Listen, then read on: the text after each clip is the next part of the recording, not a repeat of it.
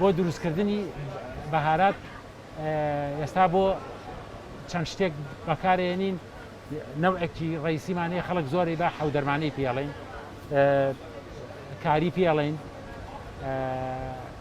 تێکەڵەشی پێڵێن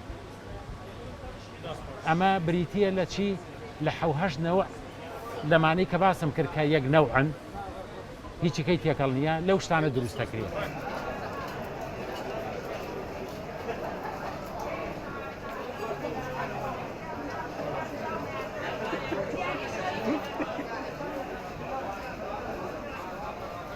ئەم بەهاراتانە لە سەڵای خۆمانەیکەن هەمانە لە وڵاتی خۆمانە وەک زیرە و گژنیژ و ڕازیانە و ڕەشکە و شمڵی و بەڵام جیازی پاکردنمان نییە. ئەو جیازی کە پاکێکاتەوە و پیسی کە بەهاراتەکەوەیە نیمانە لەبەرەوە زۆرترینی ئێمە احتیما دەخینە سەر هی وڵاتانی دەرەوە.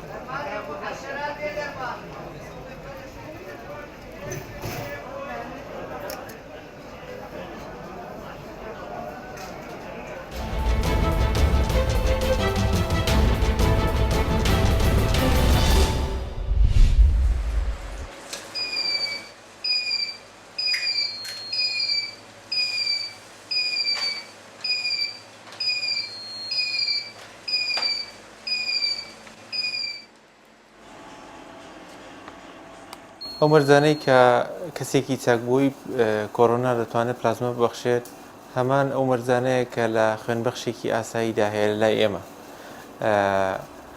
بۆ نمونە دەبێت تەمەنی لە سەرووی 18 ساڵەوە بێت، ڕێژەی خوێنی گونجاو بێت و هیچ نەخۆشیەشێکی گوازراوی نەبێت، 14 ڕۆژ بەسەر چاکبوونەوەکەیدا ڕۆشت بێت کە تووشی ڤایرۆسی کۆڕۆنا بێت بە بەڵگەوە.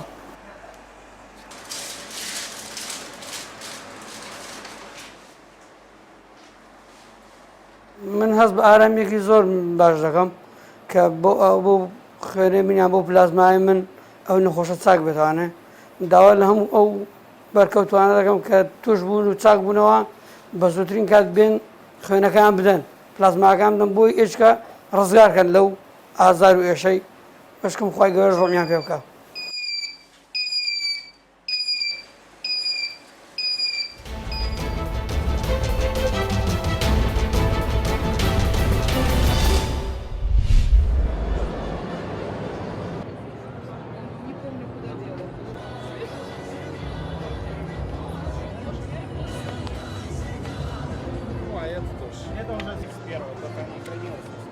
Международная туристическая выставка, которая уже 15-й год проходит в городе Москве и собирает здесь как представителей всех регионов России, так и порядка 30-40 стран ежегодно. Конечно, турбизнес очень пострадал уже за последний месяц, и мы понимаем, что последствия будут достаточно тяжелыми для всех участников туриндустрии.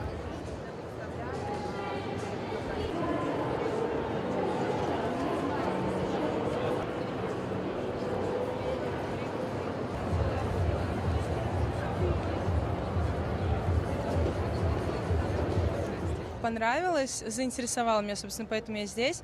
Но стоит сказать, что у нас в России очень классный туризм, он в корне отличается от всего остального, вообще другого в мире, и очень хотелось бы, чтобы вот на данных выставках, вот стенды, которые здесь есть, больше показывали какую-то такую изюминку, вот, потому что стенды, которые представлены, они такие, ну, скучноватые, суховатые, хотелось бы побольше.